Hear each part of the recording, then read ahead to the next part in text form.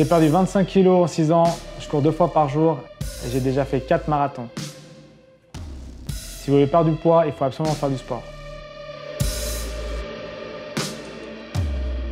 Je m'appelle Antonio, 36 ans, je suis technicien en radiologie médicale au ZUG. Je vis à Genève depuis que je suis né, donc en 1985. Voilà, quand on a 20 ans, 21 ans, des fois on n'est pas en accord avec son corps et puis l'image qu'on renvoie. Et donc j'ai eu besoin de faire du sport pour me sentir bien dans ma peau et dans mon corps.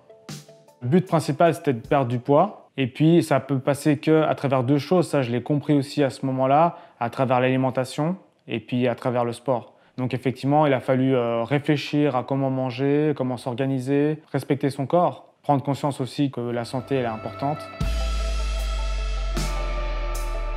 J'étais au travail et puis j'essayais de faire mes divers régimes alimentaires, je mangeais mes trucs à midi. Et puis évidemment, les collègues voient que je suis un peu frustré puisque je passe beaucoup de temps en fitness, je fais attention à ce que je mange et puis que ça marche pas. Il y a une certaine frustration. Et puis une collègue me dit « Mais écoute, il faudrait peut-être que tu essaies la course à pied parce que la course à pied, ça peut marcher, c'est connu, pour perdre du poids, c'est bien et puis peut-être que tu vas aimer. » Donc voilà, ça a commencé comme ça, j'ai commencé à courir avec cette collègue et je me suis dit « Mais pourquoi pas me fixer un challenge, un but ?» Et là, je me suis dit « Voilà, dans 1 an, je fais une course officielle de 5 km. » Et puis c'était le but à atteindre.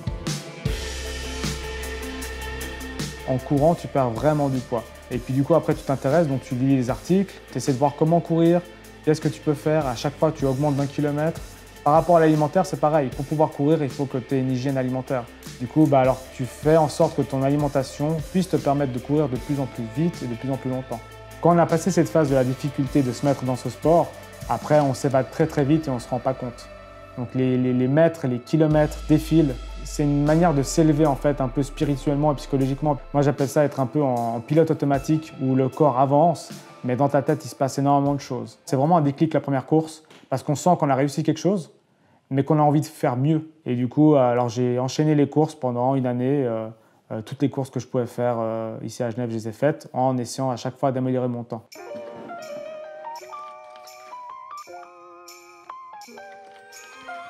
C'était le marathon de Genève, j'avais 14 kilos de plus. Là, c'est vraiment la souffrance, la course de l'escalade.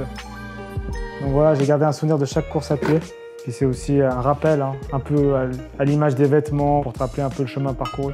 Par exemple, ça, je peux plus porter, quoi. C'est énorme. Ça va pas, quoi. Tu vois que tu es en train de sculpter ton corps et du coup, ça renvoie une image où tu es assez fier de toi. Donc, tu gagnes en confiance en toi. Le matin, tu te sens tout puissant, on va dire. Aujourd'hui, je préfère 1000 fois ne pas sortir trop tard et puis le lendemain, me faire une longue sortie de course à pied. Parce que je sais qu'elle sera beaucoup plus avantageuse dans mes objectifs que la sortie avec les copains jusqu'à pas d'heure. Des gens qui sont en surpoids ou qui ont plein de problèmes, la meilleure chose à faire déjà c'est de sortir et de commencer peut-être à marcher d'abord, puis après tranquillement à trottiner, à courir. Il y a toujours des excuses pour pas y aller. Il fait froid, il pleut, il fait chaud, mais ce qui est sûr c'est qu'une fois que c'est fait, il y a ce truc où le corps va mieux. Peu importe à quel rythme ça se fait, mais il faut faire quelque chose. Ce sera toujours plus bénéfique pour le corps et l'esprit que de ne rien faire.